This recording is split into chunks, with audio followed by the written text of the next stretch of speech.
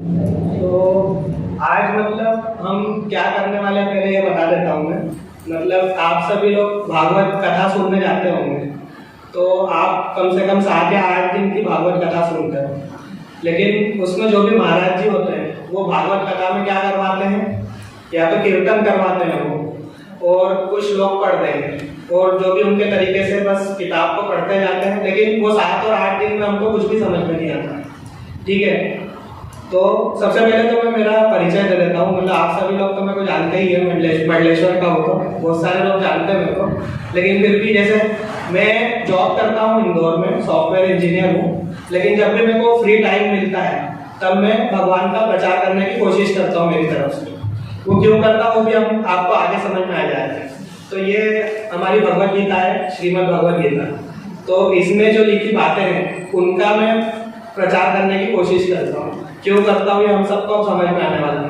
ठीक है, ये श्रीला प्रभुपाद जी की लिखी हुई भगवत गीता है, और एक और है जो कि गीता प्रेस गोरखपुर की भगवत गीता है। तो आप कोई सी भी पढ़ सकते हो इन दोनों में से, दोनों भगवत गीता, ये दोनों में से कोई सी भी ले सकते हो। ये वाली है हमारे यहाँ, ये वाली, हाँ ये वाली श्रीला प्रभुपाद जी ने लिखी हुई है, जो इस्कॉन के संस्थापक है। ये इसमें पुरानी पेज जाती थी। हाँ, तो दोनों में से कोई सी भी पढ़ सकते हैं। दोनों में अर्थ सब ने अपने अपने हिसाब से अलग दिए हुए हैं, श्लोक सभी में सेम है।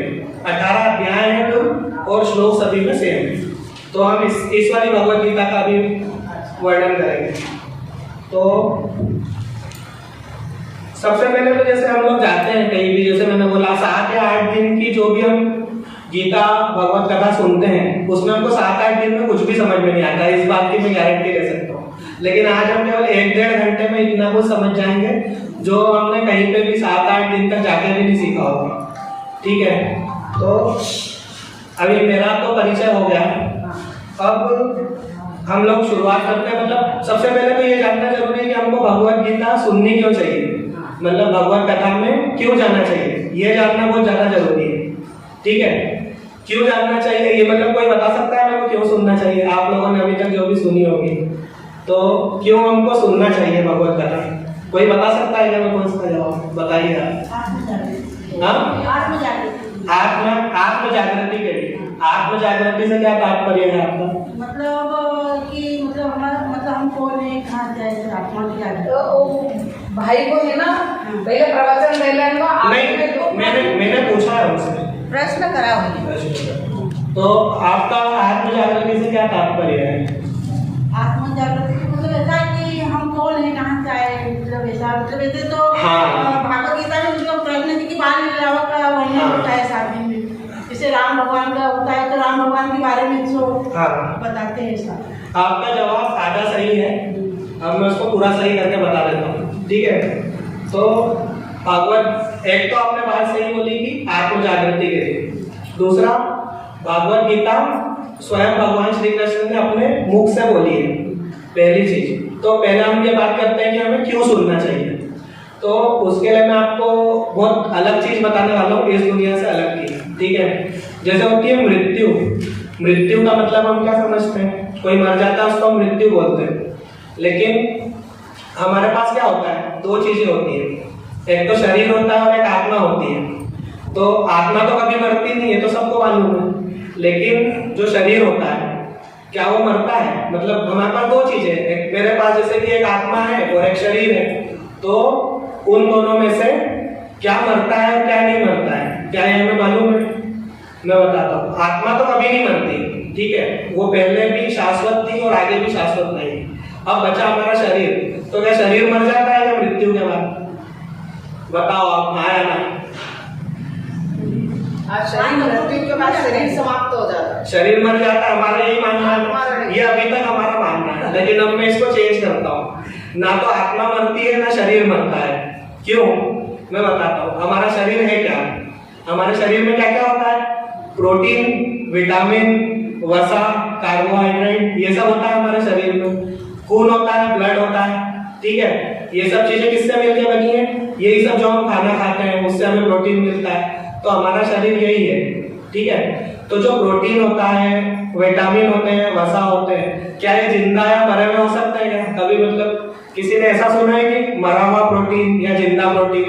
मरा हुआ वसा या जिंदा वसा, नहीं सुना ना, क्योंकि ये पहले से ही मरी हुई चीजें, हम जो खाना खाते हैं वो तो कोई जिंदा थोड़ी ना, वो तो मरा हुआ ही है। तो ना तो हमारा शरीर मरता है ना आत्मा मरती है, क्योंकि शरीर तो पहले से ही मरा हुआ है, मतलब हमारे पास जो बॉडी है वो डेड बॉडी है पहले से, और आत्मा जो है वो मर नहीं सकती।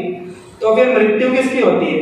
या तो ना शरीर की हो रही है ना आत्मा की हो रही है, तो फिर मृत्यु होती किसकी है? मृत्यु किसी की नहीं होती है। मृत्यु का मतलब क्या है कि जैसे हम कपड़े बदलते हैं ना, आज ये टी शर्ट पहनी तो कल कुर्ता पहन लिया, तो उसी तरह से जब आत्मा अपना शरीर बदलती है तो वो जो ट्रांजिशन होता है उसको मृत्यु बोलते हैं हम लोग। मतलब मृत्यु में कुछ भी नहीं मरता है ना, ये हमारा आज कॉन्सेप्ट क्लियर होगा, ना शरीर मरता है ना आत्मा मरती है, केवल आत्मा अपना कपड़े बदलती है या शरीर बदलती है। तो हमको भगवत गीता क्यों सुननी है? अब हमको पहले तो ये जानना जरूरी है कि हमारा जो शरीर है जो कि पहले से ही मरा हुआ है, और उसकी हमको लाइफ कितनी मिलती है? 50, 60 या 70 साल। 70 साल तक हम लोग जीते हैं, ठीक है। तो अब हम जिंदगी भर मेहनत किसके लिए करते हैं? शरीर के लिए करते हैं। कोई डॉक्टर बनता है, कोई इंजीनियर बनता है, पढ़ाई लिखाई करते हैं, कोई मार्केट में बिजनेस करता है, दुकान डालता है। तो हम मेहनत किसके लिए करते हैं? शरीर के लिए, जो कि 50, 60 या 70 साल का है और जो पहले से मरा हुआ है, ठीक है। लेकिन जो हमारी आत्मा है वो तो ना कभी पैदा हुई है, वो पहले से है, शाश्वत है और हमेशा अमर रहेगी, शाश्वत रहेगी, अनंत तक रहेगी। तो हमें मेहनत किसके लिए करनी चाहिए? आत्मा के लिए करनी चाहिए। लेकिन हम मेहनत करते किसके लिए हैं? शरीर के लिए करते हैं, है ना। और टेंशन किस चीज का लेते हैं? भौतिक जीवन का, जो कि 50, 60 या 70 साल का है। तो इसलिए हमें भगवत गीता सुननी चाहिए, क्योंकि इसमें आत्मा के लिए कैसे मेहनत की जाए वो बताया गया है। हमारी आत्मा जो कि जन्म और मृत्यु के साइकिल में, चक्र में पड़ी हुई है, उसको कैसे हम मुक्ति दे सकते हैं। जैसे अभी हम पैदा हुए ना, तो इस जन्म में मर जाएंगे ना, तो आत्मा को तुरंत दूसरा शरीर मिल जाएगा, फिर पैदा होगा, फिर मर जाएंगे, फिर पैदा होंगे, फिर मर जाएंगे। मतलब हम ये ना हजारों सालों से करते आ रहे हैं, मतलब हम पैदा होते हैं मर जाते हैं, पैदा होते हैं मर जाते हैं। तो इस जो चक्कर में हम लोग उलझे हैं, इससे हमको क्या चाहिए? मुक्ति चाहिए। तो भगवत गीता हमें ये सिखाती है, ये जो बुक है ये हमें ये सिखाती है कि हम लोग हमारी आत्मा के लिए कैसे मेहनत करके उसको मुक्ति दिला सकते हैं। क्योंकि हमको ये जन्म किसके लिए मिला हुआ है? मुक्ति पाने के लिए मिला हुआ है। लेकिन हम क्या करते हैं? संसार की भौतिक सुख सुविधाओं में उलझ जाते हैं। मेरा बेटा, मेरा घर, मेरी कार, ये सब चीजों में हम उलझ जाते हैं, ठीक है। मेरी गाड़ी, मेरा बंगला, मेरा मकान, मेरे को डॉक्टर बनना है, मेरे को इंजीनियर बनना है, हम इन सब माया में उलझ जाते हैं। भगवान की माया है जिसमें हम उलझ जाते हैं। तो ब्रेक लेना है क्या हमें? नहीं, आप लोगों को समझ में आ रहा है क्या बोलना? ठीक है। तो हमको करना क्या है कि हमारी आत्मा को हम कैसे मुक्त कर सकते हैं, इसका रास्ता सही तरीके से किसी को नहीं मालूम, ठीक है। तो अब आपको समझ में आ गया होगा कि हम जो 7-8 दिन की भगवत कथा सुनने जाते हैं तो क्यों जाते हैं? आया समझ में? अभी तक तो ये चीज मेरे को नहीं लगता मालूम होगी किसी को, बस केवल हम जाते थे। अभी तक ये पता था कि आत्मा कभी नहीं मरती, हाँ, शरीर मरता है। हाँ, शरीर भी नहीं मरता। अब पता चला कि शरीर भी नहीं मरता, शरीर तो पहले से ही मरा हुआ है। शरीर प्रवेश कर लेता है, शरीर तो पहले से ही मरा हुआ है और आत्मा कभी मरती नहीं। तो 7-8 दिन की भगवत गीता आज तक जो भी हमने सुनी भगवत कथा, उसमें महाराज क्या करते हैं कि कीर्तन करवा देंगे आधे टाइम, कुछ प्रसादी वितरण करवा देंगे और बुक में से पढ़ के श्लोक बोल दिए, ये हो गई भगवत कथा खत्म। उसमें ना सुनने वालों को कुछ समझ में आया और बोलने वाले की भी 7-8 दिन की मेहनत बेकार गई, ठीक है। तो हम आज 1-1.5 घंटे ही बात करेंगे और 1-1.5 घंटे में हम इतना कुछ सीख जाएंगे कि जो हमारी आत्मा की मुक्ति है उसके लिए मतलब हमको रास्ता क्लियर हो जाएगा कि हमको करना क्या है, ठीक है। तो भगवत कथा को सबसे पहले स्टार्ट करने से पहले जिन्होंने भगवत कथा बोली है वो कौन है ये जानना बहुत जरूरी है। जिसने बोली है वो है भगवान श्री कृष्ण।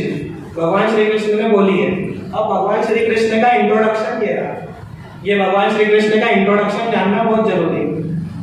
जैसे कि ये पूरा चार्ट है, अभी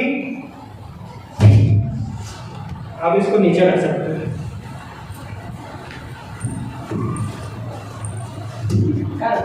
ये उनके पास में आप इसके सपोर्ट से रख दो। हाँ, इसके सपोर्ट से रख दो थोड़ा सा। ये दिखाई दे रहा है कोड सभी को?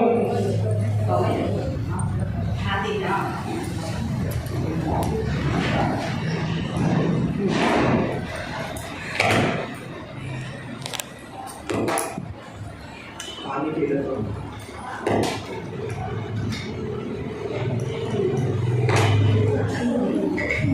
इंट्रोडक्शन जानना बहुत जरूरी है, परिचय जानना बहुत जरूरी है, क्योंकि हमें मालूम होना चाहिए कि ये जो ज्ञान हम सुनने वाले हैं ये बोला किसने है। अभी जैसे हिंदू धर्म में बाहर के लोग क्या बोलते हैं कि ब्रह्मा विष्णु महेश, बस इतना ही सनातन धर्म। बाहर के लोगों से पूछो तो क्या बोलेंगे कि तुम्हारे धर्म में है क्या, बस ये ब्रह्मा विष्णु महेश अलग अलग है, बस ये तुम्हारा धर्म है। लेकिन ऐसा नहीं है, जब वो ये पूरा चार्ट समझेंगे तब उनको पता चलेगा। अब जैसे इस चार्ट में जो सबसे ऊपर है वो कौन है? भगवान श्री कृष्ण, जिनके पास पूरी 64 कलाएं हैं, ठीक है, पूरी 64 कलाएं हैं। अब सारे भगवान, चाहे वो शिव जी हो, चाहे ब्रह्मा जी हो, विष्णु जी हो, नारायण हो, कोई भी हो, वो सब इनसे निकले। वो कैसे निकले वो इस चार्ट से पता चलेगा। आप उसको देखो ध्यान से। जैसे श्री कृष्ण भगवान से सबसे पहले तो 10,000 बिलियन मतलब 10,000 बिलियन गोपियां निकली, ठीक है। इतनी गोपियां थी जब उन्होंने रासलीला करी थी, मतलब हर एक गोपी के साथ एक कृष्ण थे, तो 10,000 बिलियन तो गोपियां थी, ठीक है। आप बाद में फोटो खींच लेना उसकी, बाद में होगा, ठीक है। तो 10,000 बिलियन तो गोपियां थी। उसके बाद में 16,108 जो उनकी रानियां थी, तो भगवान श्री कृष्ण 16,108 महलों में अलग अलग थे, अलग अलग रानियों के साथ, है ना। उसके बाद में भगवान श्री कृष्ण का सबसे पहला एक्सपांशन कौन सा है, मतलब सबसे पहला रूप जो उनके अंदर से निकला है वो बलराम का है। सबसे पहले बलराम निकले उनके अंदर से, ठीक है। अब बलराम के बाद में ये जो नीचे एरो है और 4 उनके विभाजन है। बलराम के बाद उनका विभाजन हुआ वासुदेव में, जो कि श्री राम का रूप है, जो त्रेता युग में आए थे, वासुदेव, ठीक है। उसके बाद में संकर्षण रूप है उनका, जो लक्ष्मण थे, श्री राम के जो छोटे भाई थे लक्ष्मण, वो संकर्षण में आए थे। और प्रद्युम्न थे जो भरत के रूप में आए थे, और अनिरुद्ध थे जो कि शत्रुघ्न के रूप में आए थे, ठीक है। उसके बाद में जो संकर्षण रूप था जो लक्ष्मण जी वाला, उससे नारायण निकलते, जो हम लोग बोलते हैं ना श्रीमन नारायण, वो आप बोर्ड पे देख सकते हो। मतलब संकर्षण से जो निकले हैं वो नारायण निकले हैं, ठीक है। अब नारायण से और विभाजन हुआ होगा। नारायण से कैसे विभाजन हुआ? फिर वासुदेव आए, जो कि आत्मा का रूप है, मतलब जो हमारी आत्मा होती है वो वासुदेव से निकली, ठीक है। मतलब भगवान का वासुदेव वाला रूप, इसको ऐसे समझ सकते हैं। फिर संकर्षण, जो हमारा अहंकार होता है, वो जो हमारे अंदर जो अहंकार होता है वो फिर से संकर्षण का रूप है। उसके बाद में प्रद्युम्न आए, जो कि हमारा जो दिमाग होता है, माइंड होता है, उसका रूप है। फिर उसके बाद में जो अनिरुद्ध है वो हमारी बुद्धि का रूप है ना। इतने रूप हो गए। उसके बाद में जो नीचे वाला संकर्षण है बोर्ड पे, उससे फिर 3 तरह के विष्णु निकलते हैं। पहले महाविष्णु, दूसरा गर्भदक्षय विष्णु, तीसरा शिरोदक्षय विष्णु। तो जो महाविष्णु है वो सारे ब्रह्मांडों के हेड है, मतलब हम तो हमारे ब्रह्मांड में जी रहे हैं, हमारे जैसे और भी ब्रह्मांड है, वो भी भगवद गीता में बताया है। तो जो महाविष्णु है सारे ब्रह्मांडों के हेड है। अब ये जो गर्भोदक्षय विष्णु है, जो 2nd नंबर पे लिखा हुआ है, ये जो है हम बोलते हैं ना भगवान कण कण में होते हैं, मतलब हर कण में भगवान होते हैं। तो ये जो गर्भोदक्षय विष्णु है, ये वाला रूप हर कण में होता है, मतलब हमारे अंदर भी यही वाला रूप है। और आखिरी में आता है शिरोदक्षय विष्णु। तो ये शिरोदक्षय विष्णु से भगवान का और एक्सपांशन होता है। अब इसके बाद जो शिरोदक्षय रूप से जो रूप निकलते हैं, जो भी अवतार निकलते हैं, वो जो हमारा जो ब्रह्मांड है जिसमें हम जी रहे हैं, वो वाले रूप निकलते हैं। तो हमारे ब्रह्मांड में कौन कौन से अवतार हुए, जो अभी तक जो हमने रामायण महाभारत जो भी टीवी पे देखी है, तो जो भी अवतार हुए ये किससे निकले? शिरोदक्षय विष्णु से निकले, जो चार्ट में सबसे नीचे। तो अब शिरोदक्षय विष्णु से सबसे पहला अवतार कौन सा निकला? लीला अवतार। लीला अवतार में भगवान श्री कृष्ण खुद भी आए थे, और टोटल कितने थे? 25 थे। कुल 25 अवतार आए थे लीला अवतार के अंदर में। ये कहाँ पे मेंशन है? श्रीमद् भागवतम के चैप्टर 1 के 3रे श्लोक में, ठीक है। उसके बाद में गुणावतार आता है। गुणावतार में विष्णु, ब्रह्मा और शिव जी, ये तीन आते हैं। विष्णु जी के पास क्या काम है?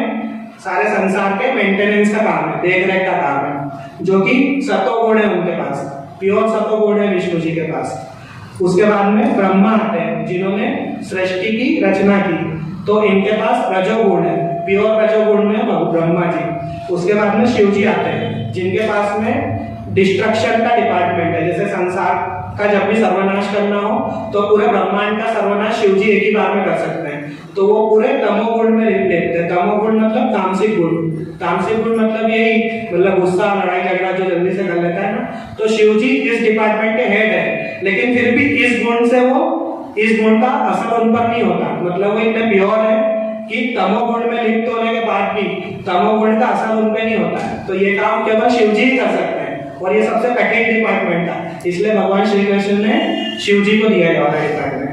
तो ये काम केवल शिव जी ही कर सकते हैं, और वो बहुत ही दक्षता के साथ में ये काम करते हैं, तो इसलिए ये वाला डिपार्टमेंट शिव जी को दिया हुआ है। इसके बाद में आवेश अवतार आते हैं। आवेश अवतार में क्या होता है कि इसको दो भागों में बांटा गया है, मतलब एक तो भगवत आवेश जिसको गॉडली एम्पावरमेंट बोलते हैं, और सेकंड आता है पोटेंसी मतलब शक्ति का आवेश। ठीक है, आप उसमें पढ़ सकते हो, जैसे कि आवेश अवतार में भगवान कपिल और भगवान ऋषभ आते हैं। फिर उसके बाद में शक्ति का आवेश होता है जिसमें नारद आते हैं जिनको भक्ति की शक्ति दी गई है, मतलब नारद मुनि इतने प्योर भक्त थे कि वो किसी को भी भक्त बना सकते हैं, उनके पास इतनी शक्ति दी है भगवान श्री कृष्ण ने। लेकिन अभी जैसे हम फिल्मों में देखते हैं तो नारद मुनि को बिल्कुल ऐसे बताते हैं चीप टाइप का, मतलब कि नारद मुनि कुछ नहीं है ऐसे, मतलब लेकिन नारद मुनि बहुत स्पेशल है, मतलब भगवान ने उनको प्योर 100% शुद्ध भक्ति की शक्ति के साथ अवतरित किया है। तो नारद मुनि पोटेंसी का है, मतलब भक्ति का। फिर उसके बाद में ब्रह्मा जी फिर से आते हैं इसके अंदर में, जिनके पास में सृष्टि की शक्ति है, मतलब वो सृष्टि का निर्माण कर सकते हैं। सारी सृष्टि ब्रह्मा जी के अंदर से निकलती है, किसके कहने पे? भगवान श्री कृष्ण के कहने पे। ठीक है, अब चार कुमार हैं जिनके पास ज्ञान की शक्ति है। फिर अनंत देव और परशुराम आते हैं जिनके पास में परशुराम के पास में दुष्टों का पतन करने की शक्ति है, और अनंत देव आते हैं जिनके पास भू धारण करने की शक्ति है। और सबसे फिर उसके बाद में युग अवतार। युग कौन कौन से होते हैं हमारे? सतयुग, त्रेता युग, द्वापर युग, कलयुग। तो ये चार युग में, सतयुग में हंस अवतार आता है। हंस अवतार में हमको क्या सिखाया? मेडिटेशन करना, ये जो ध्यान करते हैं हम लोग, तो ये हंस अवतार में आता है। फिर त्रेता युग में क्या है? यज्ञ है, जो ये हम हवन करते हैं ना, यज्ञ, ये त्रेता युग में आई, ये वाली प्रोसेस त्रेता युग में आई। उसके बाद में द्वापर युग आया। द्वापर युग में फिर से भगवान श्री कृष्ण खुद आए, जो सबसे ऊपर है ना, वो स्वयं भगवान आए। तो भगवान श्री कृष्ण कोई अवतार नहीं है, जैसे बहुत सारे लोग बोलते हैं ना कि भगवान श्री कृष्ण विष्णु जी का अवतार है, तो ऐसा नहीं है, वो अवतार नहीं है, वो खुद अवतार ही है। मतलब जितने भी अवतार आ रहे हैं खुद उनके अंदर से आ रहे हैं। और ये जो द्वापर युग में आया है, ये भगवान श्री कृष्ण स्वयं आए, मतलब कि भगवान का वो साक्षात रूप था, मतलब वो कोई अवतार नहीं था, खुद आए थे वैकुंठ से द्वापर युग में। तो ये आए द्वापर युग में, इन्होंने क्या किया कि मूर्ति पूजा का सही तरीका बताया। जैसे आजकल हम बात करते हैं ना कि मूर्ति पूजा गलत है, तो भगवान श्री कृष्ण ने उसकी शुद्ध प्रोसेस बताई कि किस तरह से हम कर सकते हैं, तो उस तरह से करें तो मूर्ति पूजा सही है। द्वापर युग में भगवान ने बताया इसमें होएगा किस तरह से सही। हाँ, श्रीमद् भागवत गीता में। फिर कलयुग आया, जो अभी हमारा युग चल रहा है, कलयुग। तो कलयुग में कौन आए? श्री कृष्ण चैतन्य महाप्रभु आए। तो कलयुग में भी भगवान श्री कृष्ण चैतन्य महाप्रभु के रूप में आए। तो ये जो श्री कृष्ण चैतन्य महाप्रभु थे, इनके बारे में भी बहुत कम लोगों को पता है। जब हमारा कलयुग स्टार्ट हुआ था, अभी कितने साल हुए? 5000 साल हुए हैं, 5500 साल। टोटल कितने का है कलयुग? ये है कम से कम 4 लाख साल का है, 4.5 लाख साल का। अभी हम लोग मतलब द्वापर युग की छाया में ही जी रहे हैं, मतलब अभी ट्रांजिशन चल रहा है। अभी द्वापर युग पूरी तरह से खत्म नहीं हुआ है, मतलब थोड़ी सी प्रोसेस द्वापर युग की भी है और थोड़ी प्रोसेस कलयुग की भी है। अभी कलयुग चालू भी नहीं हुआ है, लेकिन फिर भी इतने पाप अभी बढ़ गए हैं। तो जो कलयुग है उसमें श्री कृष्ण चैतन्य महाप्रभु आए, जो कि भगवान श्री कृष्ण स्वयं ही थे वो भी। श्री कृष्ण चैतन्य महाप्रभु के अंदर भी पूरी 64 कलाएं थी, मतलब जो 64 शक्तियां भगवान के अंदर होती है, मतलब 100% वो भी भगवान श्री कृष्ण थे। मतलब भगवान श्री कृष्ण कलयुग में भी एक बार आ चुके हैं श्री कृष्ण चैतन्य महाप्रभु के रूप में, और कलयुग का अंत करने आएंगे कल्कि अवतार के रूप में, सबसे आखिरी में, जब 4 लाख साल पूरे हो जाएंगे, जब पाप बढ़ जाएगा, ठीक है। और आखिरी होता है मनवंतर अवतार, जो कि 14 अवतार होते हैं, तो उसके लिए हमको ज्यादा डिटेल में जाने की जरूरत नहीं है। तो ये था भगवान श्री कृष्ण का पूरा इंट्रोडक्शन, और ये था जितने भी सनातन धर्म में जितने भी अवतार हुए ये हुए, और सब निकले किससे, सबसे ऊपर कौन है, भगवान श्री कृष्ण है। मतलब श्री कृष्ण कौन है, परम भगवान है। अभी ब्रह्म संहिता में ब्रह्मा जी ने खुद बोला है, मतलब एक श्लोक बोला है ब्रह्मा जी ने कि ईश्वरा परमा कृष्ण सच्चिदानंद विग्रह अनादिरादि गोविंद सर्व कारण कारणम। मतलब ईश्वरा परमा कृष्ण का मतलब क्या है कि जो परम ईश्वर है वो कृष्ण है। सच्चिदानंद विग्रह का क्या मतलब है, जिनका चित्त सदा आनंद में रहता है, मतलब जो आनंद का सागर है, ठीक है। तो वो हमेशा आनंद में रहते हैं, और वो परम भगवान है, मतलब सारे देवताओं से वो ऊपर है, ठीक है। अब उसके बाद वाली लाइन में क्या लिखा हुआ है कि अनादिरादिर गोविंदा सर्व कारण कारणम। इसका क्या मतलब है, अनादिरादिर गोविंद का क्या मतलब है, अनादि का मतलब क्या होता है, जो जिनकी कभी शुरुआत नहीं हुई, मतलब जो पूरी सृष्टि की शुरुआत हुई थी उससे भी पहले से वो मौजूद है। अनादि का मतलब तो ये होता है, और आदि का मतलब क्या होता है कि जिनका कोई अंत भी नहीं होगा, मतलब ना तो भगवान श्री कृष्ण की शुरुआत हुई है और ना कभी उनका अंत होगा, मतलब शुरुआत से पहले से भी वो मौजूद थे और अंत के बाद भी वो मौजूद रहेंगे। और अनादिरादि गोविंद सर्व कारण कारणम, सर्व कारण कारणम का क्या मतलब होता है, जो समस्त कारणों के परम कारण है, मतलब जितने भी कारण है उनके कारण वो खुद है। तो इसीलिए इस चार्ट में भी सबसे टॉप पे वो है, जितने भी रूप निकलते हैं उनसे निकलते हैं, समस्त कारणों के कारण वो हैं, सदा आनंद में केवल वो रहते हैं। तो हम कहाँ पे मुक्त हो सकते हैं, केवल उनके धाम में जाके मुक्त हो सकते हैं। मतलब भगवान श्री कृष्ण ही स्वयं भगवान है, परम भगवान है। ये ब्रह्म संहिता में ब्रह्मा जी ने बोला है, शिव जी ने बोला है, शिव जी ने भी ब्रह्म संहिता के अंदर बोला है, और इंद्रदेव भी ये बोलते हैं कि भगवान श्री कृष्ण भगवान है, वरुण देव बोलते हैं, अग्नि बोलती है कि भगवान श्री कृष्ण भगवान है। तो और भगवान श्री कृष्ण ने युद्ध भूमि में अर्जुन से क्या बोला था कि हाँ मैं ही भगवान। तो केवल भगवान श्री कृष्ण थे जिन्होंने मतलब सीना ठोक के बोला था युद्ध भूमि के केवल मैं ही भगवान। बाकी सारे देवता बोलते हैं कि हाँ भगवान श्री कृष्ण ही परम भगवान है, शिव जी हो, ब्रह्मा जी हो, अग्नि हो, वरुण हो, इंद्रदेव हो, कोई भी हो, ठीक है। तो इसीलिए हमारे चार्ट में सबसे ऊपर कौन है, भगवान श्री कृष्ण है। अब जैसे ये जो क्रिश्चियनों का अभी पास में चर्च है, ठीक है, इनके जो जीसस क्राइस्ट आए थे, इन्होंने क्या बोला था, I am son of God, मतलब मैं भगवान का बेटा हूँ। मुस्लिमों के जो मोहम्मद आए थे उन्होंने क्या बोला था कि मैं अल्लाह का संदेशवाहक हूँ, ठीक है। लेकिन हमारे केवल भगवान श्री कृष्ण थे जिन्होंने बोला था युद्ध भूमि में अर्जुन को कि मैं ही भगवान हूँ। तो भगवान केवल एक है, ठीक है। जो देवता होते हैं, देवी देवताओं की हम कितनी भी पूजा कर लें, ठीक है, उनकी पूजा में अगर छोटी सी भी गलती हो जाती है ना, तो देवी देवता जो होते हैं वो नाराज हो जाते हैं, मतलब अपने भक्तों को ही सजा देने को उतर आते हैं। जैसे कि इंद्र ने किया था, इंद्रदेव ने जब पूजा करने में भक्तों से गलती हो गई थी, 1 साल उनकी पूजा नहीं की थी, तो इंद्र देवता ने अपने भक्तों पे ही पानी बरसाना स्टार्ट कर दिया था, ठीक है, अपने भक्तों को ही पानी बरसाने लग गए थे, वो मतलब अपने भक्तों को ही मारने पे तुल आए थे। तभी तो भगवान श्री कृष्ण ने गोवर्धन उठा के सबकी रक्षा करी थी। तो कहने का मतलब ये है कि देवी देवताओं की पूजा में छोटी सी भी गलती हो जाए तो देवी देवता उसकी सजा देने लगते हैं। लेकिन भगवान श्री कृष्ण ऐसे हैं, मतलब उनकी महानता इस प्रकार है कि उनको अपने भक्तों की गलती दिखाई नहीं देती है, मतलब उनमें ये ईगो है भगवान के अंदर, श्री कृष्ण में अहंकार है कि मेरे भक्त कभी गलती कर ही नहीं सकते।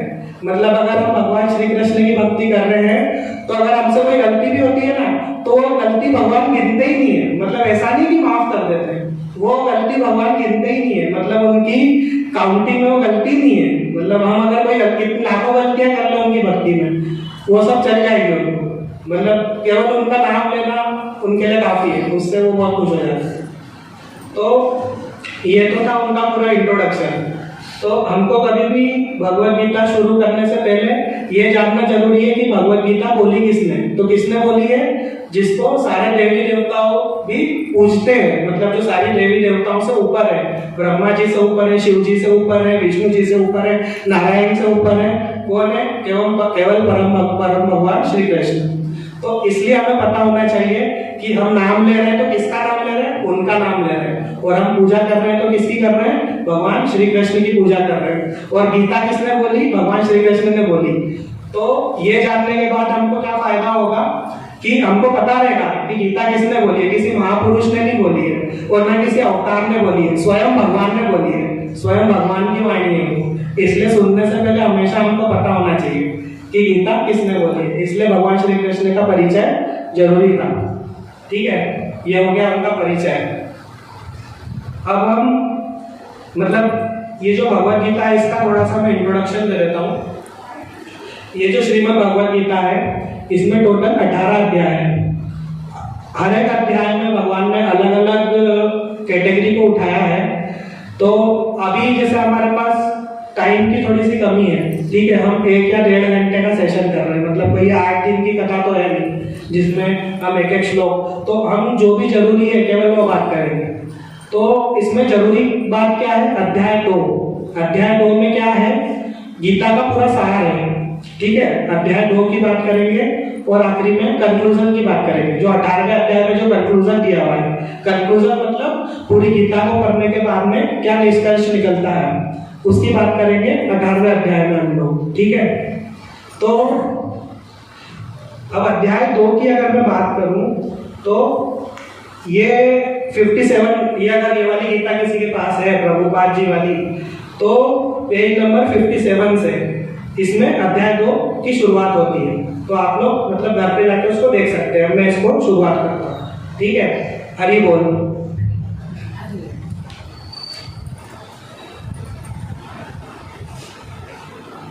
अभी तक जो मैंने बोला वो आपको समझ में आया कि मतलब सबको समझ में आया? हरि बोलो मतलब नहीं, अब हमें भगवत गीता क्यों पढ़नी चाहिए, क्यों सुनना चाहिए? ये जो 8 दिन की कथा में हम जाते हैं, अच्छा, तो क्यों जाते हैं हम लोग? इसका सबको स्पष्ट हुआ कारण अभी तक कि क्या मरता है क्या नहीं मरता है। मेहनत किसके लिए करनी है? शरीर के लिए करनी है कि आत्मा के लिए करनी है? किसके लिए करते हैं हम लोग? शरीर के लिए करते हैं। करना आत्मा के लिए चाहिए। तो ये चीज समझ में आई ना? वो सब बोल, क्योंकि शुरुआत करने से पहले ये सब बताना इसलिए जरूरी था। थोड़ा सा पानी पी लेता हूँ मैं, इतना बोलते बोलते कभी कभी। गोविंद सर्व कारण कारणम, समस्त कारणों के परम कारण है और समस्त ईश्वरों के परम ईश्वर है श्री कृष्ण। ये ब्रह्म संहिता में भगवान ब्रह्मा जी ने टेक्स्ट नंबर 1 में बोला हुआ है। ब्रह्म संहिता में आप लोग चेक कर सकते हैं। ठीक है, तो अब अध्याय 2 की बात करने से पहले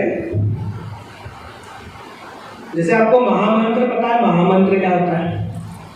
जैसे हम लोग बहुत सारे मंत्र बोलते हैं ना, जैसे हमारे बहुत सारे मंत्र होते हैं, उनको कंफ्यूजन रहता है कि अभी जैसे एक मंत्र चल रहा है श्री शिवाय नमस्तुभ्यम, बहुत सारे लोग उसका पालन कर रहे हैं। लेकिन शिव जी को क्या डिपार्टमेंट दिया हुआ है? शिव जी को भगवान सृष्टि के संहार का डिपार्टमेंट दिया हुआ है, सृष्टि के उद्धार का डिपार्टमेंट उनके पास नहीं है। लेकिन हम मंत्र किसका बोलते हैं? शिव जी का। ठीक है, जबकि वो उनका डिपार्टमेंट नहीं है। शिव जी खुद भगवान श्री कृष्ण के परम भक्त है, मतलब सबसे बड़े वैष्णव शिव जी खुद है। प्योर वैष्णव 100% जो है वो शिव जी है। तो ये सारे मंत्र हैं, लेकिन हमारे पास एक महामंत्र है। तो वो महामंत्र है हरे कृष्ण कृष्ण कृष्ण हरे हरे, हरे राम राम राम हरे हरे। ये हमारा महामंत्र है। इससे क्या होता है? हम किसका नाम ले रहे हैं? जो सबसे ऊपर है चार्ट में, जो सबसे ऊपर है, हम डायरेक्ट उनका नाम ले रहे हैं। तो वो महामंत्र है, उससे बड़ा कोई मंत्र हो नहीं सकता। और ये मंत्र हमारी आत्मा को कहाँ पहुंचाएगा? जो भगवान का धाम है, जिसको भगवत धाम बोलते हैं, वहां पे पहुंचाएगा। तो भगवान का धाम कौन सा है? किसी को पता है क्या? कोई बता सकता है? वैकुंठ है, सही बोला है आपने। वैकुंठ है भगवान का धाम। और जो वैकुंठ है उसके अंदर एक गोलोक है। गोलोक है, वहाँ पर भी एक वृंदावन धाम है। जैसे हमारी धरती पर वृंदावन है ना, तो जो असली वृंदावन है वो वैकुंठ के अंदर है, और भगवान कहाँ पे रहते हैं? वैकुंठ में, गोलोक के अंदर रहते हैं। वैकुंठ में गोलोक है जहाँ पे भगवान खुद रहते हैं। तो अगर हमारी जो आत्मा है वो मरने के बाद दूसरा शरीर लेने की जगह डायरेक्ट अगर वैकुंठ को प्राप्त कर लेती है या गोलोक को प्राप्त कर लेती है तो हमें मोक्ष मिल जाता है। अब मोक्ष का मतलब क्या समझते हो आप लोग? मतलब मोक्ष का ये समझते होंगे कि मोक्ष मतलब जो हमारी आत्मा है वो परमात्मा में जाके मिक्स हो गई, मिल गई, यही समझते होंगे ना अभी तक? ऐसा नहीं होता, लेकिन परमात्मा में मिक्स नहीं होती। यह अध्याय 2 के एक श्लोक में भगवान श्री कृष्ण ने बताया हुआ है। ये अध्याय 2 यहाँ से शुरू हो गया है ना, ये जो भी बातें बता रहा हूँ ये अध्याय 2 की बता रहा हूँ, और अपन इसमें एक एक श्लोक को नहीं पढ़ेंगे क्योंकि उसमें टाइम ज़्यादा हो जाएगा। ठीक है, अपन केवल शॉर्ट में बातें करेंगे, शॉर्टकट में, कि अपने को बातें भी समझ में आ जाए और हर एक श्लोक को अपने को पढ़ना भी नहीं पड़े, क्योंकि हर एक श्लोक को पढ़ेंगे तो अपने को लगभग 8 दिन की कथा करना पड़ेगी। ठीक है, तो अपन शॉर्टकट में बातें करते हैं अध्याय 2 के बारे में। ठीक है, तो मैं आपको क्या बता रहा था? वैकुंठ के बारे में।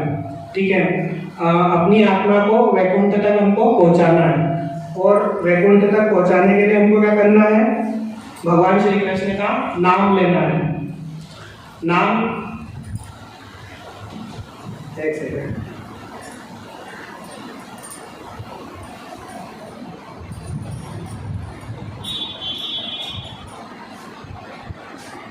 महामंत्र जो मैंने आपको बताया था ना, हरे कृष्ण कृष्ण कृष्ण हरे हरे, हरे राम राम राम हरे हरे, इसका जो है ना वो लाभ क्या होता है, मतलब उसके फायदे क्या हैं वो मैं बता देता हूँ।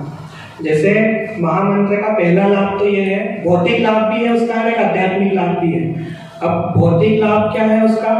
कि जब भी हम ये मंत्र बोलते हैं, अगर जैसे हम चैंटिंग करते हैं, रोज माला करते हैं इस महामंत्र से, तो जो एस्ट्रोलॉजी है, एस्ट्रोलॉजी मतलब ये जो हमारी कुंडली वगैरह जो हम बनवाते हैं पंडित के पास जाके, तो ये ग्रह नक्षत्र का जो हम पे असर होता है, कुंडली का जो असर होता है, वो असर खत्म हो जाता है। मतलब हमारी एस्ट्रोलॉजी हम पे लागू नहीं होती है। मतलब जो भगवान श्री कृष्ण का डायरेक्ट नाम ले रहा है, जो ब्रह्म भगवान का नाम ले रहा है, उन पे एस्ट्रोलॉजी असर नहीं करती। मतलब अगर आपकी कुंडली में कुछ भी शनि भारी है, राहु भारी है, तो आप अगर ये माला कर रहे हो तो कोई भी भारी हो कुछ उसका असर होगा नहीं, क्योंकि भगवान श्री कृष्ण क्या करते हैं? अपने भक्तों को इन सब प्रभावों से अलग रखते हैं, है ना। तो इसका महामंत्र का ये भौतिक लाभ है पहला। इसका आध्यात्मिक लाभ क्या है? आध्यात्मिक लाभ इसका यह है कि महामंत्र का जो पूरे जीवन जाप करता है कंटिन्यू, तो उसको इतनी प्रैक्टिस हो जाती है कि जब उसकी मृत्यु आती है तो अंत समय में भी उसके मुंह से भगवान का ही नाम निकलता है।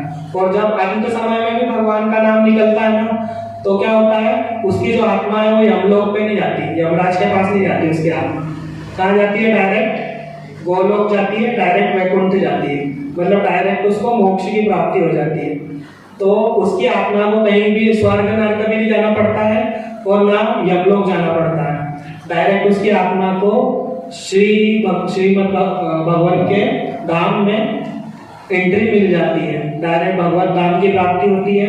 वैकुंठ को जाकर वहाँ पे आत्मा परमात्मा से मिक्स नहीं होती। मतलब जैसे हम जो मोक्ष की बात कर रहे थे, अध्याय 2 में लिखा हुआ है कि आत्मा जो होती है वो ना किसी में मिक्स हो सकती है, मतलब आत्मा का किसी चीज में मिश्रण नहीं हो सकता, और आत्मा कभी पैदा भी नहीं हुई थी। जैसे आप सोचते हैं ना कि हम सबसे पहली बार कब पैदा हुए थे, जैसे हमारा मान लो ये 10वां जन्म चल रहा है, वैसे तो हमारे हजारों जन्म हो चुके हैं, लेकिन जैसे हम ऐसा सोचते हैं ना कि हम सबसे पहली बार कब पैदा हुए होंगे, तो हम कभी सबसे पहली बार पैदा नहीं हुए थे। हमारी आत्मा कहाँ पे थी? सबसे पहले हमारी आत्मा भगवान के धाम में ही थी।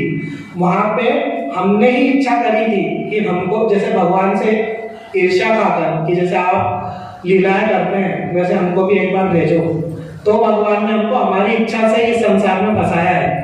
हमारी इच्छा से हमने जन्म लिया, तो हम भगवान के धाम में ही थे, हम पैदा नहीं हुए, और अंत हमारा कहाँ पे होगा? भगवान के धाम में ही जाके अंत होगा। वहाँ पे भी हम परमात्मा में मिक्स नहीं होंगे, हमारी आत्मा परमात्मा के साथ मिक्स नहीं होगी। वहाँ पे क्या होगा? हमारी आत्मा अलग ही रहेगी भगवान से, लेकिन वहाँ पे भगवान की सेवा में रहेगी और वहाँ पे सदा आनंद में रहेगी। मतलब वहाँ पे आनंद ही आनंद है, वहाँ पे दुख जैसी कोई चीज नहीं है, क्योंकि सारी इंद्रियां हट जाती है, सारी इंद्रिय तृप्ति हट जाती है और वहाँ पे किसी भी टाइप का लोभ मोह ये सब चीजों से इंसान सेपरेट होके भगवान की सेवा में लग जाता है। तो वहाँ पर आनंद ही आनंद है, इसीलिए भगवान को सच्चिदानंद बोला जाता है। क्यों? क्योंकि वहाँ पे आनंद ही आनंद है। तो जो हमारी आत्मा है जब वहाँ पर गोलोक में पहुंच जाएगी तो ना तो वहाँ से हम वापस आएंगे दोबारा और ना ही उसके बाद में हमको कोई दुख होगा। तो यही है मतलब हमारा जीवन का उद्देश्य, मतलब हमारे को जो जीवन मिला है वो इसीलिए मिला है। इस जीवन में आप कितने भी मतलब बच्चे पैदा कर लो, घर बना लो, बंगले बना लो, है ना, बहुत बड़े आदमी बन जाओ, उन सब का कोई मतलब नहीं है, क्योंकि फिर से मरोगे, फिर से कहीं पे पैदा हो जाओगे, नया शरीर मिल जाएगा, फिर से नई शुरुआत। इसलिए जो हमारा जो डेस्टिनेशन है वो क्या है, वो भगवत धाम है। मतलब जो गोलोक की जो मैं बात कर रहा था वहां तक हमको पहुंचना है। यहाँ तक किसी को कोई कंफ्यूजन डाउट कुछ पूछना चाहते हैं? तो पूजा की विधि तो बताओ। हाँ वो बताएंगे ना, वही उसी पे चर्चा करेंगे। अभी तक जो मैंने बोला उसमें कुछ आपको ऐसा कुछ समझ में नहीं आया? नहीं आ गया ना, समझ में आया। अब जैसे आपका डाउट, अभी जैसे आपने जो बोला ना पूजा की विधि बताओ, पूजा किसकी करी जाती है? देवी देवताओं की। मैंने क्या बोला था अभी कि पूजा हम लोग किसकी करते हैं? देवी देवताओं की। और उसमें छोटी सी भी गलती हो जाए तो देवी देवता क्या करते हैं? जैसे बोलते हैं ना हम लोग कि माता जी का नीवत बनाया, कुछ गलती नहीं होना चाहिए, कुछ पैर नहीं लग जाना चाहिए, माता नहा धो के बनाओ, कोई दूसरी समाज वाले को मत बुलाओ। मतलब अगर माता जी के नीवत में छोटी सी भी गलती हुई तो उसकी सजा शायद मिल सकती है, ठीक है। लेकिन भगवान श्री कृष्ण ऐसे हैं कि उनकी भक्ति में जो भी आता है उनको भक्तों की गलती दिखाई ही नहीं देती। मतलब वो इतने महान है कि वो ऐसा मानते हैं कि मेरा भक्त जो है वो गलती कर ही नहीं सकता। तो इसलिए हमको पूजा पाठ भी करनी है। आप अगरबत्ती भी मत जलाओ, कोई फर्क नहीं पड़ेगा। मैंने जो महामंत्र आपको बताया है उस महामंत्र का अगर आप रोज जाप करते हैं और 16 माला करते हैं तो वो ज्यादा अच्छा है। तो वो करते हैं तो आपको ऑटोमेटिक भगवत धाम की प्राप्ति हो जाएगी। मतलब आपको कोई पूजा पाठ करने की जरूरत नहीं है, ना अगरबत्ती जलाने की जरूरत है। तो ये पूजा की विधि भी इतनी सरल है भगवान की, और इसमें आप हजारों गलतियां करो, आप एक बार भक्ति में हो तो आप पे ना एस्ट्रोलॉजी असर करेगी और ना आपसे कोई गलती होगी तो उसकी सजा मिलेगी, और आपको सीधे भगवत धाम की प्राप्ति होगी भगवान श्री नारायण की इच्छा से। तो ऐसा है इसका 16 माला करना बहुत अच्छा होता है। नाम लेते और को 5 बार बुधवार नाम नहीं था। चलो अपन लोग महामंत्र एक साथ बोलते हैं 5 बार, ठीक है? सब लोग बोलेंगे हरे कृष्ण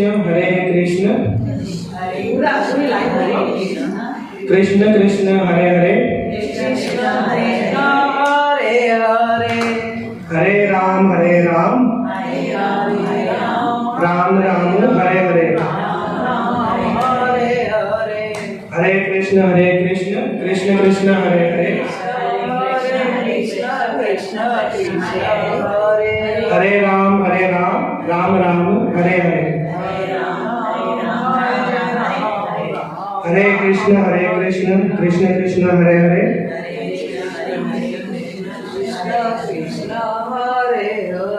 हरे राम राम राम हरे हरे हरे कृष्ण कृष्ण कृष्ण हरे हरे हरे राम राम राम हरे हरे। कल्याण में आता है ऊपर लिखा हुआ, कल्याण में ये मंत्र है लिखा हुआ। हाँ, तो आप ये मंत्र तो सभी को याद है, मेरे को ऐसा लगता नहीं किसी को अलग से याद करने की जरूरत है ना। तो अगर आप ये मंत्र की माला करते हो ना तो एक तो सभी भगवानों से ऊपर है ये, तो आपको किसी और भगवान को प्रसन्न करने की जरूरत नहीं, क्योंकि श्री कृष्ण भगवान की डायरेक्ट अगर आप नाम ले रहे हो जो साक्षात भगवान है, तो आपको दूसरे भगवान की पूजा नहीं भी करो, आराधना नहीं भी करो तो भी चलेगा। और दूसरा ये कि इस भौतिक जीवन में भी भगवान दुखों से भी दूर कर देते हैं। मतलब ऐसा नहीं बोलते कि दुख आएंगे नहीं, दुख आएंगे, लेकिन दुखों को देखने का नजरिया बदल जाएगा, क्योंकि आपको इस शरीर से कोई मतलब ही नहीं रह जाएगा। जैसे अपन ने जो शुरुआत में बात करी थी कि शरीर तो पहले से ही मरा हुआ है, तो मरी हुई चीज से क्या मतलब रखना। तो जब मरी हुई चीज से मतलब ही नहीं रह जाएगा तो मोह माया तो ऑटोमेटिक दूर हो जाएगी, तो दुखों को देखने का नजरिया बदल जाएगा, और जो थोड़े बहुत दुख आने वाले भी रहेंगे तो वो भगवान श्री कृष्ण खुद उनको कंट्रोल कर लेते हैं, भक्तों के जीवन में दुख को आने नहीं देते। और दूसरा ये कि जो भी आपकी कुंडली होती है, कुंडली के अगर कोई दोष होते हैं तो वो दोष भी आप पे लागू नहीं होते महामंत्र का जाप करने से। तो ये सब है। अब जो आपने जो क्वेश्चन पूछा था वो बहुत अच्छा था, मतलब एक तो हमको महामंत्र का जाप करना है, और दूसरा ये कि पूजा की विधि, तो पूजा की कोई विधि नहीं है। महामंत्र के जाप के साथ भगवान के 4 नियम हैं जो भगवान ने पूरी गीता में बताया है। 4 नियम क्या है? हमको एक तो मांसाहार का सेवन नहीं करना है, दूसरा जुआ नहीं खेलना है, जो जुआ खेलते हैं वो नहीं करना है, तीसरा हमको पर स्त्री गमन नहीं करना है, और चौथा है हमारा शराब, किसी भी टाइप का नशा नहीं करना है। मतलब चाय को भी एक टाइप का नशा बोला जाता है, जब हम चाय पीते हैं ना तो हमको कोशिश करना है कि चाय भी छोड़ दी जाए। तो ये 4 नियम अगर हम पालन करते हैं, चाय पे हंसी आ रही है, चाय छोड़ने के लिए वो चाय इसलिए नशा है ना, चाय इसलिए नशा है क्योंकि वो हमको भौतिक चीजों से जोड़ता है। जैसे किसी दिन चाय नहीं मिलती है तो हम परेशान हो जाते हैं, लेकिन एक भक्त क्या होता है, भक्त का दिमाग हमेशा भगवान में लगा होता है। तो जब भक्त का दिमाग भगवान में लगा होता है और उसको कोई चीज अलग से परेशान कर रही है, मतलब वो चीज उसकी रास्ते में बाधा है, तो वो नशे का भगवत गीता में मना किया गया है, भगवान ने मना किया है। तो नशा भी नहीं करना है हमको। तो चाय भी पी सकते हैं, लेकिन कोशिश करना चाहिए कि मतलब थोड़ा सा सात्विक रहे, कम से कम पिए, और नी भी पिए तो चलेगा। बना लो, गुनगुना पानी पियो, हल्दियाँ डाल के पियो, बहुत सारे ऑप्शन है हमारे। काढ़ा पियो ताकि शरीर को पौष्टिक बनाए। शरीर को पौष्टिक बनाना है, हमको सात्विक रहना है। और सात्विक रहने से क्या होगा, जो चाय का इसलिए मना करते हैं परम पूज्य गुरुदेव कि चाय में आजकल है ना खून का भाता मिलाते हैं, लाल लाल दिखती, गाढ़ी दिखती है, कड़क दिखती है, बीच में बहुत लोगों ने छोड़ी थी। हाँ, इसलिए चाय का मना करते हैं हमारे जितने भी संत है वो, कि तुमको क्या मालूम वो चाय का भाता बना के तुमको दे रहे हैं, है ना। ऐसे ही गुटखा रहता है ना, विमल का गुटखा, उसमें ड्रग्स मिला देते हैं तो विमल वाला। और एक महत्वपूर्ण बात, जैसे आज एकादशी है, आज 11 से, तो आज के दिन व्रत करना चाहिए। ये भी श्रीमद् भगवद गीता में भगवान ने बताया हुआ। क्यों करना चाहिए व्रत पता है? क्योंकि आज के दिन जो ग्रह नक्षत्र होते हैं उनकी किरणें इस तरह से काम करती हैं कि अगर एक चावल का दाना भी हमारे पेट में जाता है 11 के दिन तो वो जहर का काम करता है, मतलब वो विष के समान होता है। इसलिए एकादशी का व्रत हमको करना चाहिए हमेशा। तो ये आध्यात्मिक दृष्टि से भी अच्छा है और भौतिक दृष्टि से भी, जो हमारे शरीर को जो नुकसान होने वाला रहता है उससे भी हम लोग बच जाते हैं। तो इसलिए एकादशी के व्रत का बहुत महत्व है, वो करना बहुत ज़्यादा जरूरी है। तो एकादशी का व्रत हमको कोशिश करना चाहिए कि वो करें हम लोग। उसके बाद में एक चीज, मतलब ब्रह्मांड के आकार के बारे में आपको बता देता हूँ, वो भी जानना जरूरी है। उससे हमको ये पता चलता है कि हम लोग कितने छोटे हैं, मतलब हमारी कोई गिनती नहीं है कहीं पर भी। तो अभी हम लोग कहाँ पर रहते हैं, मतलब हमारे ग्रह का नाम क्या है, बता सकता है कोई मुझे? बच्चों ने बहुत सही जवाब दिया, मतलब हम लोग पृथ्वी पर रहते हैं, बच्चों का जवाब सही है। तो जो हमारा जो पृथ्वी ग्रह है, हम 9 ग्रहों के बारे में जानते हैं। बाकी जैसे हमारी जो कुंडली भी बनवाने जाते हैं तो पंडित 9 ग्रहों के हिसाब से ही बना के देता है ना, शनि शुक्र जो भी है, सूर्य मंगल, तो हम 9 ग्रहों को जानते हैं और सूर्य को जानते हैं और पृथ्वी को जानते हैं, ठीक है। अब क्या ये बस इतना हमारा ब्रह्मांड हो गया है? नहीं, ये जितना जो 9 ग्रह हैं, सूर्य भी आ गया और हमारी पृथ्वी भी आ गई और दूसरे ग्रह भी आ गए, मंगल बृहस्पति सारे। ये जो 9 ग्रह है ये केवल हमारा सौर मंडल है, ठीक है, ये ब्रह्मांड नहीं है। ब्रह्मांड का आकार बहुत बड़ा है। अब ये तो जितना हम जानते हैं उतना तो केवल हमारा सौर मंडल है, ठीक है। सौर मंडल में और भी ग्रह हैं जिनका अभी वैज्ञानिक भी पता नहीं लगा पाए हैं। तो उतने सारे ग्रह, मतलब उनकी गिनती करोड़ों अरबों में होगी, मतलब हम लोग गिन भी नहीं सकते। मतलब हमारे सिर पे जितने बाल है ना, उससे भी ज्यादा ग्रह हो सकते हैं। मिलियंस ट्रिलियंस में उनकी गिनती जाती है। तो वो जितने भी ग्रह हैं वो मिलके हमारा पूरा ब्रह्मांड बनाते हैं। और ये जो हमारा पूरा ब्रह्मांड है, जिसको अभी तक विज्ञान भी पता नहीं लगा पाया है, केवल एक ब्रह्मांड का भी विज्ञान पता नहीं लगा पाया है। और ऐसे ही करोड़ों अरबों आकाश गंगा है, वो मिलकर एक क्लस्टर बनाती है। और ऐसे ही करोड़ों अरबों क्लस्टर है जो मिलकर एक ब्रह्मांड बनाते हैं। तो हमारे वैज्ञानिक तो अभी केवल एक आकाश गंगा के बारे में भी नहीं जानते। ब्रह्मांड तो बहुत दूर की बात है विज्ञान के लिए। जो ये बच्चे विज्ञान पढ़ते हैं ना स्कूल में जाके, या फिर कॉलेज में भी जो लोग पढ़ते हैं विज्ञान, तो विज्ञान केवल हमारे सौरमंडल के बारे में ही है। ब्रह्मांड के बारे में तो अभी हमारे वैज्ञानिकों को भी नहीं पता है। तो जो हमारा ब्रह्मांड है, अब हमारे शास्त्रों में पहले से ही बता दिया गया है कि अब ऐसे हजारों करोड़ों ब्रह्मांड और है, मतलब हमारी पृथ्वी जैसी और भी पृथ्वी दूसरे ब्रह्मांड में होगी। और जैसे ये जो ब्रह्मा विष्णु महेश है ना, जो शिव जी है, विष्णु है, ब्रह्मा है, ऐसे बहुत सारे शिव विष्णु और ब्रह्मा अलग अलग ब्रह्मांडों में मौजूद है।